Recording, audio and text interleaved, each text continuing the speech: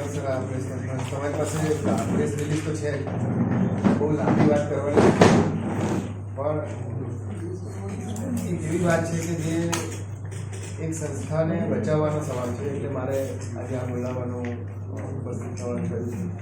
નશાબંધી મંડળ ગુજરાતમાં હું લગભગ 2021માં હું દાખલ થયો પ્રમુખ તરીકે અને મેં મારો કાર્યભાર સંભાળ્યા પછી જે કંઈ પણ મેં નિર્ણયો લીધા અને જે કંઈ પણ વાતો થઈ અમારા બધા ટ્રસ્ટીઓ સાથે એમાંથી એક આખું જમીનનું કૌભાંડ બહાર આવ્યું 13 કરોડ રૂપિયા. એ જમીનનું કૌભાંડ વિશે આજે વાત નથી કરી પણ એ બધાને ગયા વખતે પણ મેં વાત કરી છે. હવે આ બધા અમારા જે કર્મચારીઓ છે જે અમારા હોસ્પિટલ જે નિયોજકો આપણે જેને કહીએ જે લોકો ડિસ્ટ્રિક્ટ લેવલે નશા મુક્તિનું કામ કરે છે એ ડિસ્ટ્રિક્ટ લેવલે નશા મુક્તિનું કામ કરનારા જે કર્મચારીઓ હતા એમને કરસનદાસ સોનેરી આપણા પૂર્વ મંત્રી પછી અમારા જે કાર્યકારી પ્રમુખ એક અમારા મંત્રી લીલાબેન દેસાઈ હતા પણ એમની તબિયત સારી નથી એટલે મેં કાર્યકારી પ્રમુખ તરીકે મેં કીધું આ થોડો વખત સંભાળો એટલે એમણે એ ચાર્જ સંભાળ્યો. અને એક કેપી વાઘેલા છે જેમણે એ આ બધું કાયદાના જાણકાર છે એવું કહે છે તો હું એડવોકેટ છું. એ ત્રણેય ભેગા થઈને હવે જે પણ કંઈ કર્યું એમાં એવું થયું કે એમણે સૌથી પહેલાં તો આ બધાને છૂટા કર્યા એટલે મેં વિરોધ કર્યો. જે લોકો આપણા માટે જ કામ કરે છે જે લોકો આપણા કર્મચારીઓ છે એ લોકોને તમે કેવી રીતે વિધાઉટ નોટિસ છૂટા કરેલા એટલે એમાં મારો વિરોધ હતો. પછી નાણાંના થોડા ગોટાળાના પ્રશ્નો હતા. હોસ્પિટલો અમારી જે ચાલે છે એ અત્યારે સરસ રીતે ચાલી રહી હતી, બધું જ બરાબર ચાલી રહ્યું હતું. પણ એમણે આવીને આ બધું કર્યું જીતેન્દ્ર અમીન અને કેપી વાઘેલા એ લોકોએ બધો ચાર્જ લઈ લીધો, આ લોકોને છૂટા કરી દીધા. અમે ચેરિટીમાં અપીલ કરી. મારી સાથે અચ્યુત જીનુભાઈ ગરોને આજે આવ્યા નથી, એમના કુટુંબમાં એક અવસાન થયું છે. અમે લોકોએ ભેગા થઈને એક અરજી કરી મેં ચેરિટીમાં કે ભાઈ આ આવી રીતનું છે ને આ ખોટી વસ્તુ છે.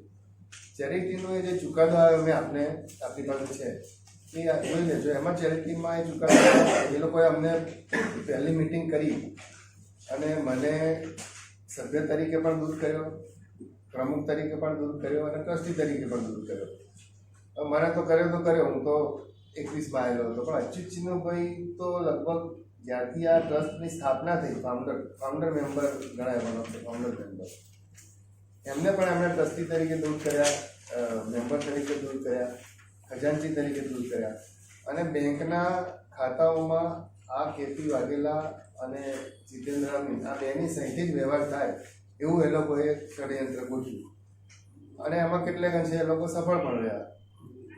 ઘણા બધી જે ગ્રાન્ટો આવે છે, અમારી ગ્રાન્ટ ઉપર ચાલતી આ સંસ્થા છે, એટલે જે ગ્રાન્ટો આવે એ ગ્રાન્ટોને એ લોકોએ અમુક રીતે ઘણા બધા મેં પછી એના પર બેંકોને કાગળ પણ લખીને એના પર આપણે મેં સ્ટેટમેન્ટ કે જ્યાં સુધી અમારી આ ઉકેલ ના આવે ત્યાં સુધી તમે આમાં ખાતા સ્થગિત રાખજો. એ બધી બેંકો એને ફોલો કર્યું. એક્સિસ બેંક છે એમણે થોડા વ્યવહારો કર્યા, ખોટા વ્યવહારો કર્યા એ પણ, અને ખોટા નામના પીએફએમએસ કર્યા. પીએફએમએસ એવી સિસ્ટમ છે કે મારે પગાર કરવો હોય તો સંસ્થામાં મારા નામે એ પગાર થાય, એટલે સંસ્થાના નામે 4-5 જણાના પગાર થાય.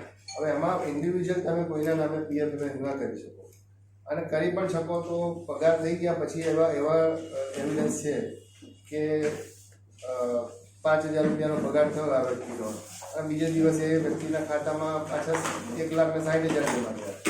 એના કોઈ હિસાબો કશું જ છે નહીં. બીજી વસ્તુ સૌથી વધુ જેને ક્રિમિનલ ઓફેન્સ ગણાય કે ટ્રસ્ટની કોઈ પણ ઠરાવ બુકો હોય કે એજન્ડા બુક હોય કે કોઈ પણ સાહિત્ય હોય એ બધું તમે કોઈ પણ દફતર ટ્રસ્ટનું એ બહાર ના લઈ જઈ શકો. આ બધું દફતર એ જીતેન્દ્ર અમીન અને કેપી વાઘેલા એમના ઘરે લઈ ગયા, જેથી કરીને મારે સંસ્થામાં આવવું હોય અથવા મારે કંઈ નિર્ણય લેવો હોય કે મારે કંઈ પણ કરવું હોય મારી પાસે કોઈ પુરાવા આજની તારીખમાં પણ નથી. બીજું કે એ દફતર પણ લઈ ગયા, પ્લસ મેં કીધું કે અમારા 25 વર્ષ જૂના ચાર્ટર્ડ એકાઉન્ટન્ટ હતા પરેશભાઈ શાહ કરી, એમની એ હોસ્પિટલનું ચાર્ટર્ડ એકાઉન્ટન્ટ અમનું બધું હોસ્પિટલોનો કાર્યભાર જે નાણાકીય જે હતું એ બધું સંભાળતા હતા. એમની પાસેથી કોઈ પણ જાતનો ઠરાવ કશું કર્યા વગર લઈ લીધું અને આણંદમાં કોઈ એમના ચાર્ટર્ડ એકાઉન્ટન્ટને આપી દીધું અને એમણે કહ્યું ભાઈ અમને તો અમે કહીએ રીતે હિસાબ લખીએ એવા ચાર્ટર્ડ એકાઉન્ટ જોઈએ, એટલે આપણા ચાર્ટર્ડ એકાઉન્ટન્ટે સહી કરવાની ના પાડી દીધી કે આવામાં હું સહી નહીં કરું. વિવેકભાઈ કહેશે તો હું સહી કરી, તો કે વિવેકભાઈ તો હવે છે જ નહીં, એમાં તો અમને કાઢી મૂક્યા. આ બધું થયા પછી આ એક ચુકાદો આવ્યો અને એ ચુકાદો પણ એમણે માન્ય ના રાખ્યો અને ચેરિટીને ઉપરવટ જઈને એમણે એક મિટિંગ બોલાવી. એ મિટિંગ લગભગ 10 તારીખે ચુકાદો આવ્યો, એ બધાના હાથમાં મને લાગે છે 13-14 તારીખે આવ્યો હશે બધા ટ્રસ્ટીઓના હાથમાં. 17 તારીખે અમને એક મિટિંગ બોલાવી. એ મિટિંગ પર અમે અપીલ કરી કે ભાઈ આવી મિટિંગ આવી રીતે મિટિંગ તો હું જ બોલાવી, કારણ કે ઓર્ડર પ્રમાણે પ્રમુખ પાછો એમણે મને પ્રસ્થાપિત કર્યો ચેરિટીએ, એટલે મારે જ મિટિંગ બોલાવવાની હતી.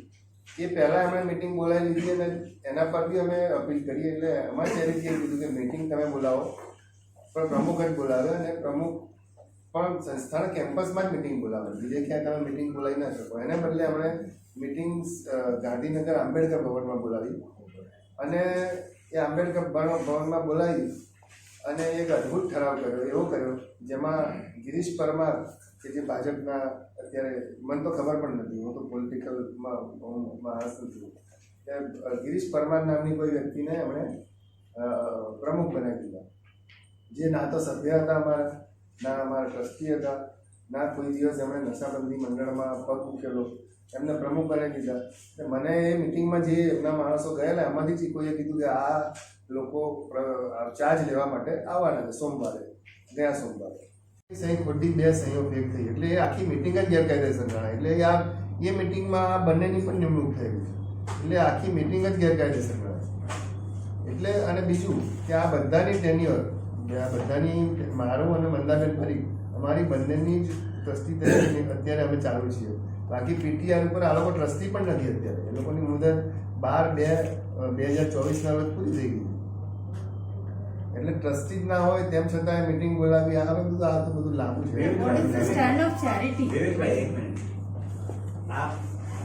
હવે પછીના શું કાર્યક્રમ? એક બીજું, તમે સામે પૂરે તમારે કરવાનું છે, બરાબર છે. આટલા કૌભાંડોમાં કંઈ આપણે બાકી રાખ્યું નથી. મેં કરશનદાસને પણ ઓળખીએ છીએ, ગિરીશભાઈને પણ ઓળખીએ છીએ, તો હવે પછી તમારો શું કાર્યક્રમ હશે અને સામે પૂર તરવામાં આપણે કેવી રીતે તમે ચેક કરશો? સેવ કરવાની વાત એવી છે, જો સાહેબ મારો તો કોઈ હોદ્દા, એ લોકોનો હેતુ હોદ્દા રિલેટેડ છે કે ભાઈ અમને પ્રમુખ બનાવી દો, હું મંત્રી થઈ જઉં અને અમે લોકો ચેક પર સહી કરીએ અને અમે કહીએ એ પ્રમાણે નશાબંધીનો વહીવટ ચાલે, આટલી બધી કરોડોની ગ્રાન્ટ આવે છે એ પ્રમાણે વહીવટ ચાલે. મારો મુદ્દો તો એટલો જ છે કે સારી રીતે આ લોકોના જે ચૂકવાઈ જાય, ધારો કે આ લોકોનું જૂનું પણ ચૂકવાઈ જાય, નવા પગારો પણ થઈ જાય, તો પછી મને કોઈ વાંધો જ નથી. મને હું તો નીકળવા તૈયાર છું, પણ લીગલ પ્રક્રિયાથી ઇલેક્શન જાહેર કરીશું, હું જ કરવાનો છું. ભાઈ ઇલેક્શન કરીએ આપણે, અને ઇલેક્શન અત્યાર સુધી તો થયું નથી, નશાબંધીના હિસ્ટ્રીમાં ઇલેક્શન થયું નથી. આપણે આ વખતે ઇલેક્શન પણ કરવા તૈયાર છીએ અને ઇલેક્શન જાહેર કરીએ અને એમાંથી જે લોકો જેમને આવે એ લોકો વહીવટ કરે. એમાં ક્યાં આ તો ટ્રાન્સપરન્ટ પ્રક્રિયા છે, બધી રીતે તૈયાર છું. એમ કહો છો કે 11 લાખની ગ્રાન્ટ રાજ્ય સરકારની મળે વાર્ષિક, અને 25 લાખ 20 થી 25 લાખની ગ્રાન્ટ કેન્દ્ર સરકારની મળે, એટલે ટોટલ 36 લાખ રૂપિયા. છતાં નહીં, 25 લાખ રૂપિયા 20-25 લાખ રૂપિયા એક હોસ્પિટલ, એક હોસ્પિટલ. હા, કારણ કે આ પીકમાં એમ કહો છો કે 20 થી 25 કરોડની ઊંચા થઈ જાય. આમ આપણે જો જોવા જઈએ તો તમારી પાસે 5 હોસ્પિટલ છે, 1.25 કરોડ રૂપિયાની ગ્રાન્ટ આવે, 25 લાખ રૂપિયા, અને બીજી 11 લાખ રૂપિયાની આવે, એટલે 1.5 કરોડ રૂપિયા જેવું. આ તો કેવું છે કે આ હું તમને ગણાવું છું 98ની સાલથી, 98 થી ગણાવું કે 98 થી, કે ભાઈ હું એમ લખું કે ભાઈ જીતુભાઈ ભટ્ટના નામે 20 લાખ માંડી વાળું, બરાબર. મારા ફાધર આમાં હતા 2011 સુધી. મારા ફાધર સડનલી એક્સપાયર થઈ ગયા. એ પછી જ આ ઘોટાળો શરૂ થયો અને એ પછી જે 5 લાખ 7 લાખ માંડી વળાતા હતા ને એ રકમ 90 લાખે પહોંચેલી. 90 લાખ રૂપિયા માંડી વળવામાં આવે. હું તમને એક તો મારો સવાલ છે ભાઈ, અને એનો જવાબ એમની પાસે નથી. બેઝિકલી તમે ચેરિટી કમિશનરે બી તમારી કર્પણમાં ચુકાદો કર્યો છે. જી જી. આપની પાસે સીએ પણ છે. જી, બરોબર છે. આપના એકાઉન્ટ્સ બી ઓડિટ થાય છે. એ 90 લાખ હોય કે 25 લાખ હોય કે 7 લાખ હોય, એટલે જ્યારે તમે માડી વાળો તો એનું કોઈ રીઝન તો હોય ને ચોપડા ઉપર. હા પણ એ નથી, હું એમ જ કહું છું. હું એના માટે તો મારી લડાઈ છે કે તમે મારી વાળ્યા, મેં તમને 5 રૂપિયા આપ્યા, તમે મને પાછા ના આપ્યા, તમે ક્યાં વાપર્યા તો તમારે કેવું પડે ને મને. એ નથી, એ બધા કોઈ રેકોર્ડ જ નથી ઓફિસમાં, નશાબંધીની ઓફિસમાં 1998 થી લઈને અત્યાર સુધીના તમે ચેક કરો, તિજોરીઓ ચેક કરો, બધું ચેક કરો. આ તો 21માં આવીને મેં પૂછ્યું કે ભાઈ આ બધું જમીનના કાગળિયા ક્યાં છે, આ ક્યાં છે, એ બધું માંડ મારા હાથમાં મેં લીધું. જમીનના કાગળિયા જ મળ્યા, બીજું કે મારી પાસે છે જ નહીં અત્યારે. મેં આપણે કીધું એમ દફતરે મારી પાસે નથી, ખરાબ બુકો નથી, એજન્ડા બુકો નથી. હવે હું 1લી તારીખે જે મિટિંગ કરીશ એમાં મારે નવી એજન્ડા ખરાબ બુકોથી મારી શરૂઆત કરવાની. જેમ જીતુભાઈ કીધું કે તમે શું કરશો, હવે આ તો સામા પ્રવાહે કરવાનું છે. હવે જે આપણાથી થશે, મારાથી થશે, એ સંસ્થા બચાવવા હું કરીશ. બાકી કંઈ મારા હાથમાં બી કંઈ નથી. સંસ્થા બચાવવાની એટલા માટે તો આ પ્રેસ કોન્ફરન્સ કરી છે કે ભાઈ તમારા થકી વાત લોકો સુધી પહોંચે કે આવા માણસો સંસ્થામાં આવા મતે છે જે લોકોનું હવે પોલિટિકલ બેકગ્રાઉન્ડ હોય એટલે તમે કેવી રીતે પ્રમુખ થઈ જાઓ, એની સિસ્ટમને ફોલો કરવું. તમારી સામે ઝટપટમાં ચુકાદો આવે છે. જી તમને આટલી બધી તકલીફો પડી, આટલી બધી અગવડો પડી, તમારે છે પોલીસ સ્ટેશન સુધી જો જી કારણના પોલીસ સ્ટેશનના પીઆઈએ તમને જે કંઈ સલાહ સૂચનો આપ્યા એ ઓકે. તમે આની પછી કોઈ રજૂઆત સરકારમાં કાયદા મંત્રીને કે મુખ્યમંત્રીને છે કે એવી કોઈ કરી છે ખરી? ના બસ આ તો 2 દિવસ પહેલાની જ વાત છે. પણ હવે પાછી અમારી 1લી તારીખે, હા બિલકુલ કરવાનું, 1લી તારીખે અમારી મિટિંગ છે. એ મિટિંગમાં જો કોઈ વિઘ્ન નહીં આવે, જો આ લોકો કોઈ તોફાન નહીં કરે અથવા કરશે તો બી પોલીસ પ્રોટેક્શન હેઠળ જ અમે મિટિંગ કરવાના છે. અને એમાં બી કાયદેસર જ જે કરવાનું છે કાર્યવાહી કરવાની છે. અને એમાં બી મિટિંગનો એજન્ડા બી મેં અહીંયા છે, કોઈને જોવું હોય તો એ એજન્ડામાં હું વાંચું છું. નશાબંધી મંડળ ગુજરાતના ટ્રસ્ટીઓની અગત્યની મિટિંગ 1/2/25ને શનિવારના રોજ બપોરે 12 કલાકે નશાબંધી મંડળ ગુજરાતના કાર્યાલય ખાતે રાખવામાં આવી છે. આ મિટિંગમાં નીચેની બાબતો અંગે ચર્ચા કરવામાં આવશે.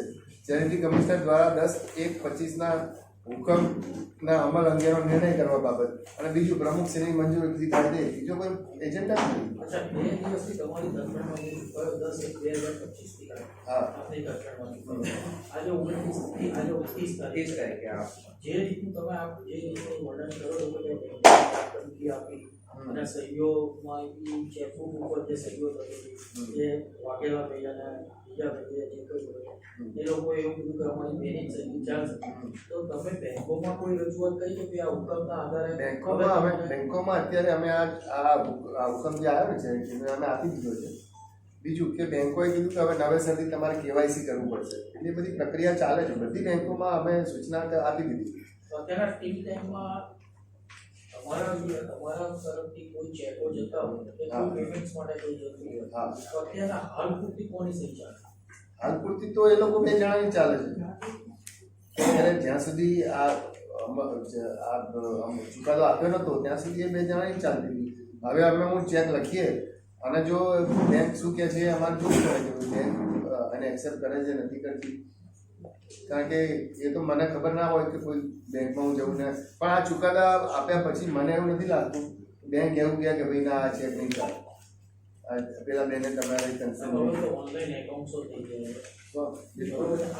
એવું છે કે નશાબંધી મંડળ ગુજરાતનો પ્રમુખ છું અને ગેરકાયદેસર રીતે મને ટ્રસ્ટી તરીકે અને પ્રમુખ તરીકે હટાવી દેવામાં આવ્યા હતા જૂન મહિનામાં. એ પછી હું ચેરિટી કમિશનરમાં ગયો અને ચેરિટી કમિશનરે એવો ચુકાદો આપ્યો છે 7મી તારીખે 7/1/2024માં કે 25માં સોરી કે જે કંઈ પણ પ્રમુખ તરીકે તમે એમને જે હટાવ્યા છે અને બીજા લોકોને પણ હટાવ્યા છે એ પ્રમુખ તરીકે ચાલુ રહે, એમનો હોદ્દો ચાલુ રહે. નંબર 1. નંબર 2 કે જે એકાઉન્ટ એમણે સહીથી ચાલતા હતા એને બદલે જૂની પદ્ધતિથી, એટલે હું અને મારા મંત્રી અને જે ત્રીજા ખજાનચી એમના 3માંથી કોઈ 2ની સહીથી ચાલે એવો આદેશ કરવામાં આવે. આવો ચેરિટીનો હુકમ છે.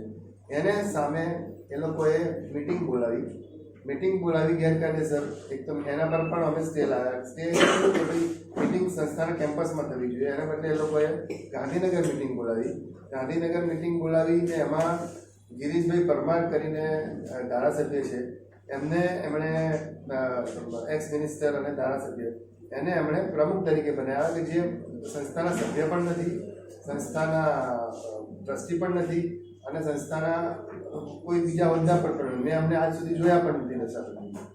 તો મારો મુદ્દો એ હતો કે આ રીતે સંસ્થા પર જે આક્રમણ કરીને સંસ્થા બચાવી પાડવાની પ્રવૃત્તિ અથવા તો પોતે પણ વહીવટ કરવાની કે જે કંઈ એમની મનોકામના હોય મને નથી ખબર, પણ એને રોકવા માટેના જે પ્રયત્નો કરવા પડે એ એના ભાગરૂપે મેં ત્યાં મારી ઓફિસમાં મેં તાળા મારી દીધા છે. અત્યારે પણ તાળા છે અને એટલા માટે મર્યા છે કે ભાઈ જ્યાં સુધી અમારી મિટિંગ 1 તારીખે પતી ના જાય, અમે કોઈ કન્ફ્યુઝન પર આવીએ નહીં ત્યાં સુધી આ તાળા રાખવા અને પછી અમે ખોલી નાખીશું મિટિંગ.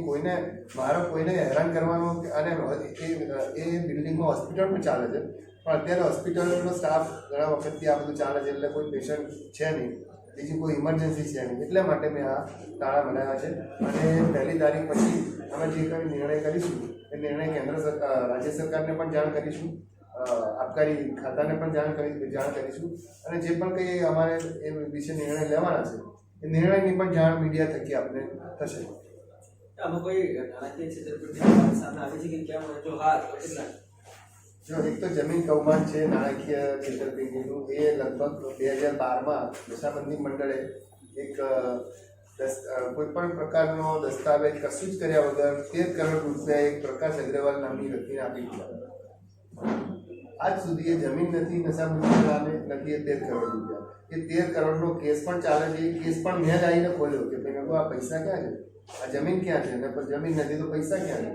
એ બધા ટ્રસ્ટી બીજાની સામે જોતા હતા એટલે મેં કીધું કે ભાઈ આનો તો કેસ કરવો પડે એટલે મેં કેસ કર્યો.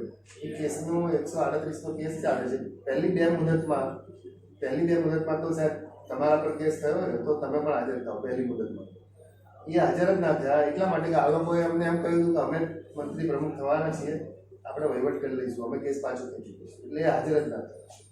ત્રીજી મુદતમાં આ ચુકાદો આવ્યા પછી એ હાજર થયા અને કોર્ટે 138માં ત્યાં કોર્ટે વોરંટ કાઢ્યું, એમની વાઈફનું પણ નામ હતું, એમના નામનું સમન્સ કાઢ્યું, એ પછી એ હાજર થયા.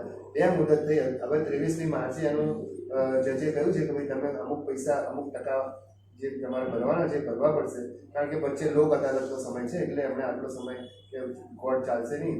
23મી માર્ચે તમે નક્કી કરીને આવજો કે તમે કેટલા પૈસા નશાબંધીના જે લીધા છે 13 કરોડ એમાંથી ક્યારે ભરશો, કેવી રીતે ભરશો અને કેટલા ટકા કેટલા હપ્તામાં તમે ભરશો. એટલે આ એક 13 કરોડનું કૌભાંડ તો છે જ.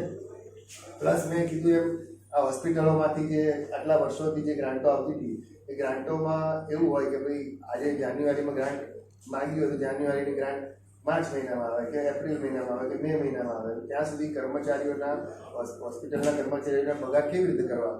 તો એના માટે થઈને એ લોકો એમ કે ભાઈ પાલનપુરના હોસ્પિટલનો ડાયરેક્ટર એમ કે સાહેબ 50 લાખની જરૂર છે, ગ્રાન્ટ આવે એટલે અમે પાછા આપી દઈશું. હવે એ 50 લાખની ગ્રાન્ટ આવતી જ હોય પણ એ ગ્રાન્ટ ક્યાં ગઈ, એ ગ્રાન્ટ કોણ લઈ ગયું, એ ગ્રાન્ટ કેવી રીતે જમા થઈ, ક્યાં જમા થઈ, એના વાઉચરો ક્યાં છે, એના જે પગારો કર્યા એ પગારો તો કર્યા હોય ને, એની સેલરીની સ્લીપો ક્યાં છે, એ કશી જ અત્યાર સુધીની એ ડેટા નશાબંધી મંડળમાં ક્યાંય છે નહીં. એ એક હરવર્ધન પરમાર કરીને છે એને અને સુગંધા સોની બે ભેગા થઈને આ બધું કાવતરું કર્યું, એને હેન્ડ ઓવર કર્યું એમણે આ જીતેન્દ્ર અમીન અને કે પી વાઘેલા. આપણા ધ્યાને ક્યારે આવ્યું કે આવા કોઈ ડેટા કે આવો કોઈ ગ્રાન્ટનો કોઈ હિસાબ નથી? હું 2021 સપ્ટેમ્બરમાં મેં ચાર્જ લીધો ત્યારે. સાહેબ 21 થી લઈને 24 સુધીનો સમયગાળો કેમ લાગ્યો આપને આવા ભૂલ્યા કહેવા? ભાઈ એવું છે કે આટલું મોટું જે મારે જે તપાસ કરવાની હોય એમાં તરત જ મેં તો આ જે જમીન કૌભાંડની તો તરત તપાસ કરી નાખી. એમાં પણ એ લોકો વચ્ચે પડ્યા, એમાં પણ બહુ લાંબુ ચાલ્યું, એમાં પણ છેવટે ક્રાઇમમાં જવું પડ્યું. ક્રાઇમે એસઆઈટી બેસાડી. અત્યારે વિનય વ્યાસા અને શુક્લ એ બેની એસઆઈટી બેઠેલી છે કારણ કે એ જમીન વિવાદિત જમીન છે, ગાંધી આશ્રમની પેરીફરીમાં આવે છે એટલે કોઈ પણ હિસાબે નશાબંધીને મળવાની નથી. એટલે મેં કીધું કે આ જમીન તો જવાની છે, તમે અમને પૈસા જ આપી દો ને પાછળ, અમારી જમીન નથી જોઈતી. એટલે આ બધી પ્રોસેસ કરવામાં પ્લસ આજે હું તમને એમ તો ના કહી શકું, હું નવો આવ્યો હું તો ભાઈ તમે કરશનભાઈ તમે આટલા પૈસા આ ક્યાં ગયા, શું કરું? મારે વાઉચરો જોવા પડે, મારે બધી ઠરાવ બુકો જોવી પડે, એજન્ડા જોવા પડે. આ બધું હું જોઉં ધીમે ધીમે કરીને તો મને વાર તો લાગે. એટલે વચ્ચે કંઈ સમય પાછો કોરોનાનો થોડો પતી ગયો હતો પણ ધીરે ધીરે અસરતો સમય હતો.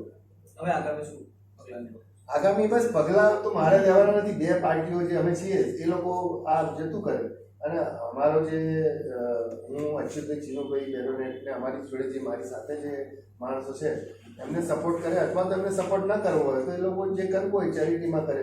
આમાં ચેરિટીનો જ મુદ્દો છે અને ચેરિટીની મર્યાદા એ છે કે જે હું એમને પણ મળ્યો છે કમિશનરે પણ કીધું કે એમણે ચેરિટીની મર્યાદા ચેરિટીનો જે છે એ મર્યાદા છે કે એમનું કામ છે એમનું કામ હુકમ કરવાનું, ઇમ્પ્લિમેન્ટ તો અમારે કરવાનું.